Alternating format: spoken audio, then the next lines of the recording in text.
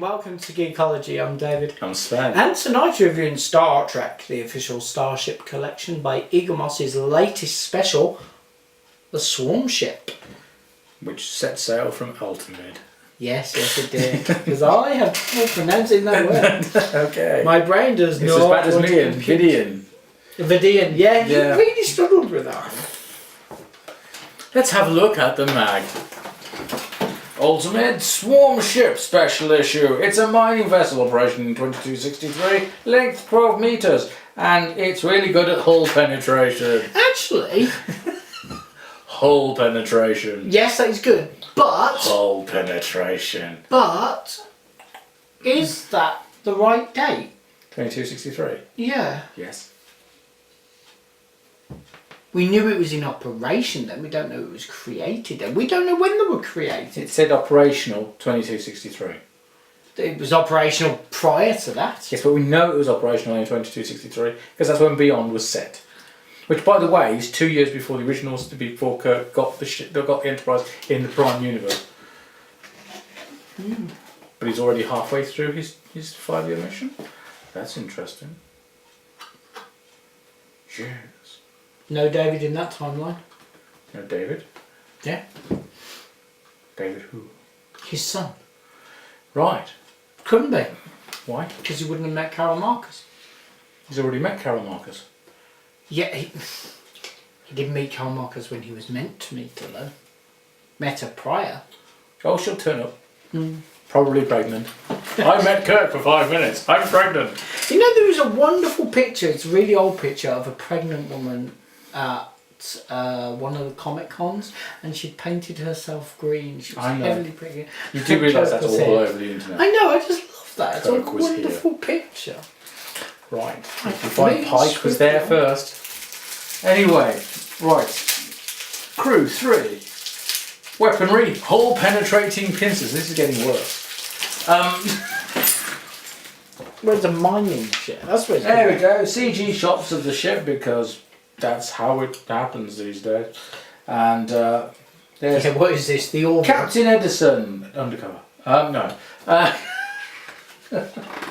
I can't even remember his name in the film now. It's Edison in my head now. Stuck. Designing the Swarm Ship. Started off being a species 8472 vessel, by the looks of things.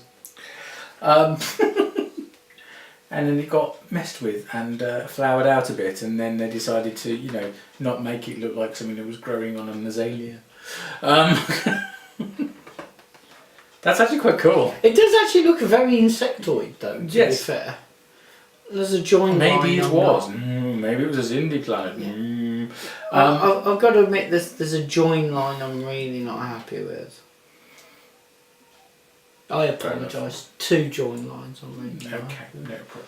Yes, designing the vessel, it looked like it was going to do a flowery thing at one Can point. I argue that it's 2 join lines, even though technically it's only 1 join, but the way it's done it moves, so it looks like it's 2 separate ones. Here we have shots of it showing 4 people on board, so obviously, you know, it got reduced in crew capacity, cutbacks. Size, by the looks of it. Yeah, and tripoding? Really? I'm Jake the... No, I can't say that anymore, can I? Anyway, oh, look at all the swarm of them. And yes. Yeah, glad they didn't go with that. Yeah, those look like TIE fighters. Yeah, this bit moving does have a Star Warsy. Yeah, I don't like that. Yeah. Can't think why. I remember your reaction when you found out the Voyager's nacelles were going to move, and you were like, "You can't have moving parts." I love that. You can't have moving parts on a starship. I think they might have lots of moving parts, Sven. That's not what I mean, and you know it. No. And yet you love the moving gun turrets on DS9 when they were first introduced. Stationary space station. Hence it being called orbital weapon platform, but still, yeah. I wouldn't call Deep Space Nine an orbital weapon platform. It's a ultimate mining station. It's a pretty big weapon. What, a mining station that does ore processing? Yeah, well, What, it's going to throw rocks at you? I quite like. I did, to be fair, the pop-out launches. They were pretty cool. Like, to the point when I wanted to redesign the Constitution class, I put them on the edges of the flipping saucer because that would have been hilarious. That was one. So yeah. So there we have some working drawings of this thing going on, and doing the hole penetration. Not hole penetration. Hole penetration. Hole penetration. Yes. And there we go. Yes, as Justin Lin asked, the finished effect was of a terrifying alien weapon that tore Kirk's ship apart, giving the audience something they had never seen in Star Trek before.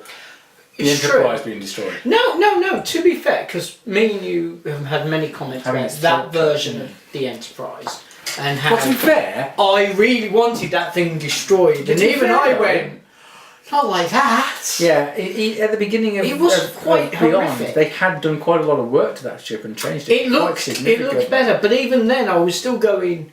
There was a big part because we've seen that effect done in other sci-fi shows, and even then, I was like, don't do that. Don't do that. Not to the yeah. To do it to the Enterprise. Yeah. I don't care which Enterprise it is. Yeah. No Enterprise should die in that method. No, can't. But at least we got the Enterprise A out of it. Yeah. That's much nicer. Much better. Right, so, would you like to have a gander at this? Oh, that's quite nice. It's got some weight to it. Yeah, well, considering the price and the size, you'd expect some. It is what it should be. Yep. It'd be nice if this coloration was a little more metallic.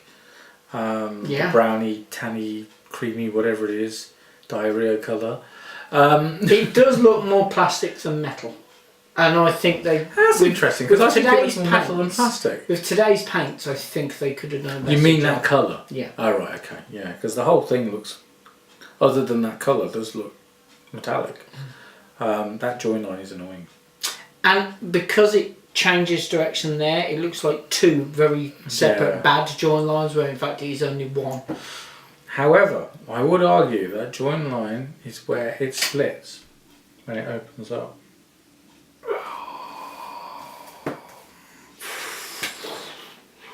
I think you're reaching, but Of course I'm reaching. Yeah.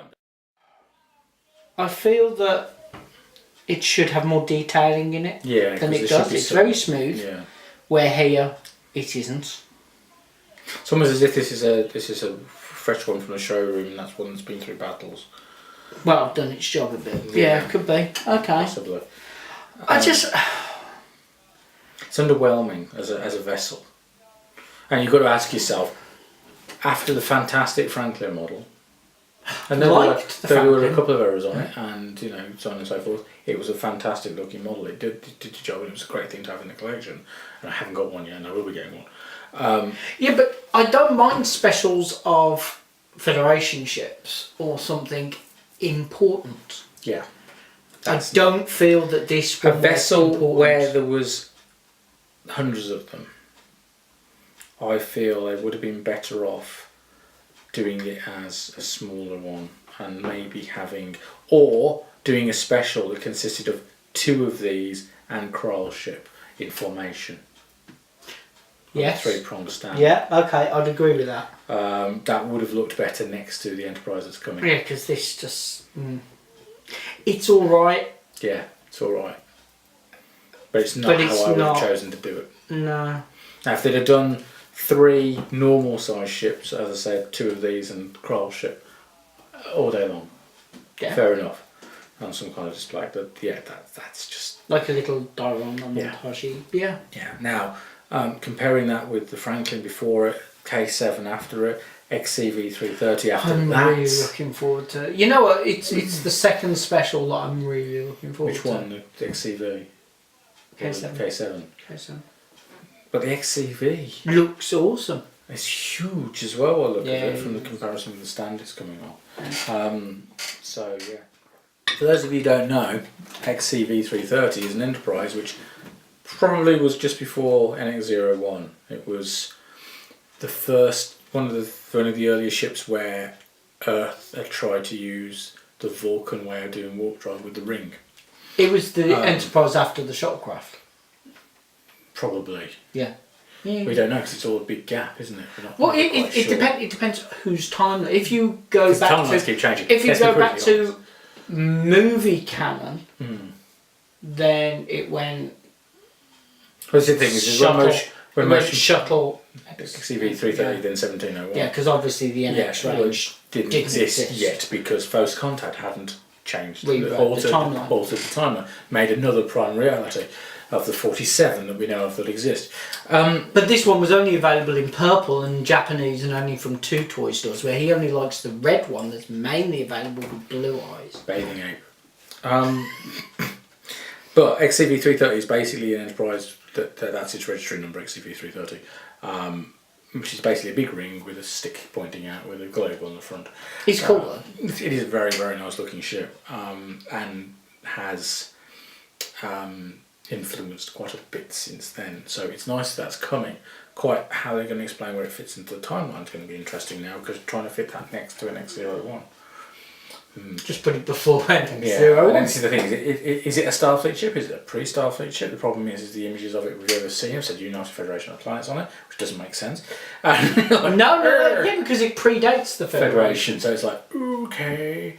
Unless you you literally just started repainting all the Earth vessels. Yeah, quite. But then you've got problems with things like the Intrepid from the Enterprise era, which didn't actually have a name and registry number on it. Yeah, it's true. Yeah. So like, it gets weird. It depends on. And that's even before we get to the Franklin. And how does that registration number work? We're not meant to. Let's not go there. Meant to smile and nod, smile and nod. See our review of the Franklin there for how I explain that one. And see our review of Saturday Night Fever there.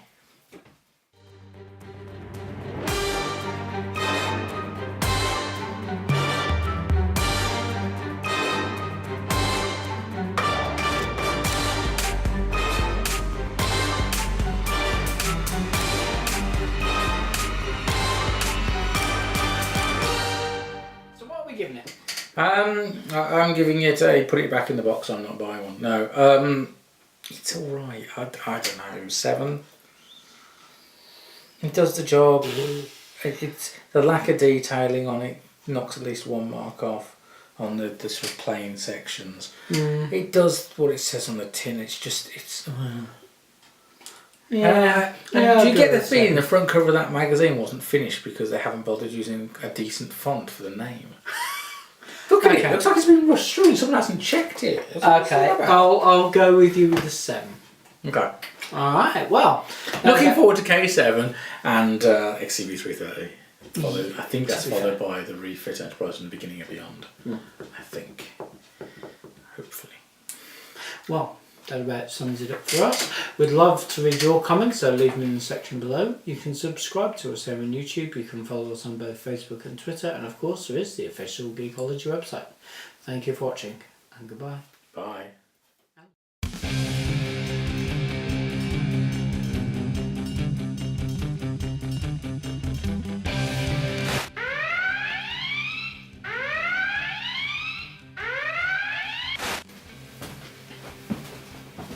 So is this going to be the ultimate issue of Geekology? 3, 2, 1. Hi and welcome to Geekology. So I realised I was sat by the hunchback and that. 3, 2. Hi and welcome to Geekology. I'm David. I'm Sven. And tonight we're reviewing the latest special because we've lost count. And we're, to be honest, we're doing this one, and then we're looking forward to K7, and then fuck them all, XCV330. What is it? Which looks fucking huge. Does it like a good ring? Hi and welcome to Geekology. I'm David. I'm Sven. And tonight we're reviewing Star Trek, the official Starship collection by Eaglemoss, special alternate swarm ship. Ultimate Warm ship. Ultimate? Yes, that warship. Swarm ship. Do you want to do the Mac? Yeah. It's an ultimate swarm ship. You can pronounce Vidian. It doesn't say ultimate, it doesn't say war. Did I say warship? Yes, you did.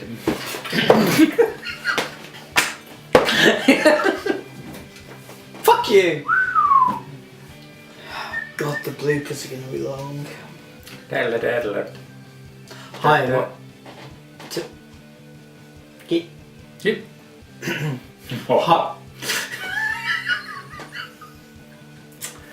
Hi. Hello. Hi and welcome to Geekology. I'm David. I'm Sven. And tonight we're reviewing Star Trek, the official Starship collection by Eaglemoss. Altamid. It's a fucker of an act. I watched it the other day as well. You'd think I'd remember it. 3, 2, 1. Hi and welcome to Geekology. I'm David. I'm Sven. And tonight we're reviewing Star Trek, the official Starships collection by Eaglemoss's latest special, the Swarm Ship. Do you want to redo that and say collection correctly? What did I say? Look at me, it's a tripod. I I wonder if they've got chips in there. Sorry, I'm sorry. I was inappropriate. Who said? Who said there's a weapon there? That looks fucking dangerous. Who said? I apologise. It was inappropriate. You can. I didn't hear what you said. I said that's what your mum said. That's a bit fucking rude. The wife said, fair enough. Mom, go fuck yourself. Your dad patted her on the back. Well, all this got to be edited. I'm afraid this is the last episode of Geekology. Yeah, on the basis that he's not going to survive. Yeah, can we re-edit this bit? Okay.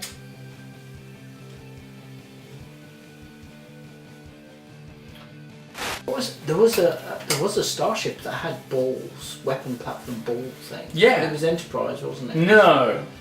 What was the weapon platform ball thing? That was the phaser balls of death. Yeah. Yeah. What was that from? The fucking Section 31 piece of shit from Yes, I knew I'd seen that bollocks somewhere. Yeah, that was fucking awful. Vengeance. Anyway, moving back. Just about to run out, so we timed it incredibly well. Yeah.